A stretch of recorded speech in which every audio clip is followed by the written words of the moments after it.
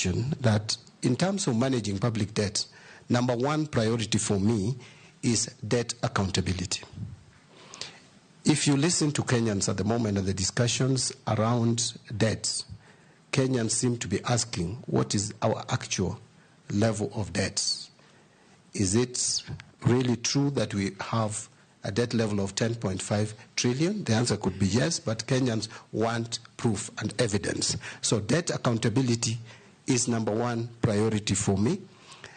As a matter of fact, I've asked myself, if Kenyans owe people money, why can't Kenyans know the people they owe money, how much they owe them, and what is the rate, the level of interest for each loan?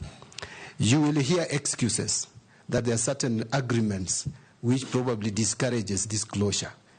But the question is, can't you come out transparently and explain to Kenyans which are these agreements stopping us from knowing who we owe money? One of the things that I think we need to do is to make a debt register a statutory document, which should be published every year, like we publish all the other documents. Kenyans should know. It is not the government that owes money to Chinese. It is to China government or to World Bank or to IMF. We know World Bank is the single leading lender to Kenya in terms of amounts, followed by African Development Bank. Number 3 is China. Number 4 is Eurobond. These people don't, it is not the government which owes their money. It is not the treasury. It is the people of Kenya, the taxpayers, who owe these people money. You cannot owe someone money without knowing how much you owe. So I want to put it that debt accountability is important. 2, we must work on linking projects to loans. We cannot borrow loans for general budgetary support. Actually, where we lost it, Mr. Speaker, and Madam Speaker and honorable members, is from 2014, we shifted our borrowing strategy from specific donor-funded projects to general support. What that means is that you do your maths, you calculate you do your estimate, and then you get your revenue, and whatever is remaining, you put to debt. So debt comes to this country, like the Eurobond, without going to specific projects. How then would you pay that loan if it does not fund value-adding projects or proper investment in public assets?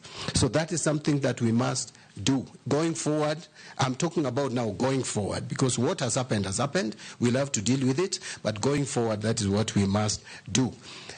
A lot has been said about revenue mobilization, and the focus has been that we should be changing tax rates, we should be increasing tax rates, we should be coming up with new taxes. I don't think that is the solution. The solution to tax mobilization or revenue mobilization should be targeting the tax collector, KRA. KRA is like a cow which we milk without feeding. We have a provision that 2% of our revenue should go towards building capacity of KRA, but we don't do it. Look at the system that KRA is using at the moment. It needs re-engineering. If you hear or you listen to those who are involved in collecting taxes, especially custom duties. Custom duties, we are losing a lot through smuggling, through counterfeit products, because we don't have a system.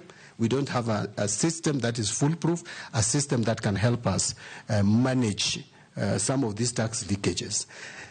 Remember, there was a time, and I'm sure many of us, almost all of us here are old enough, you'll remember, that there was a time when KRA had a very good policy of graduate recruitment into KRA, and they were properly trained, like even for 2 years. You must have properly trained tax experts. The way we are recruiting staff at KRA at the moment and deploying them needs to be relooked into. You cannot have people who are not properly trained to collect taxes from people who hire properly trained accountants to calculate their taxes. I also want to say that you need to look at the leadership and management of KRA in general. So one of my first tasks will be to make sure that I have a sitting with KRA to look at how we can reform that institution. Because there was a time in this country, not long ago, when we were collecting 18% of our GDP as taxes. Today it is 14%. If we could just increase from 14% to 18% of GDP, you will be adding about 600 billion to our revenue base. So you will be reducing the fiscal deficit and the fiscal gaps that we have. But finally, you talked about the finance bill that has been lost. I want to tell Kenyans, please don't panic. Let us stop making Kenyans panic. Mr. Speaker, you have been here with me. In the 10th Parliament, and even some, I think up to 11th Parliament, finance bill used to be passed in September. We used to have 3 months into the financial year to pass finance bill. The minister then was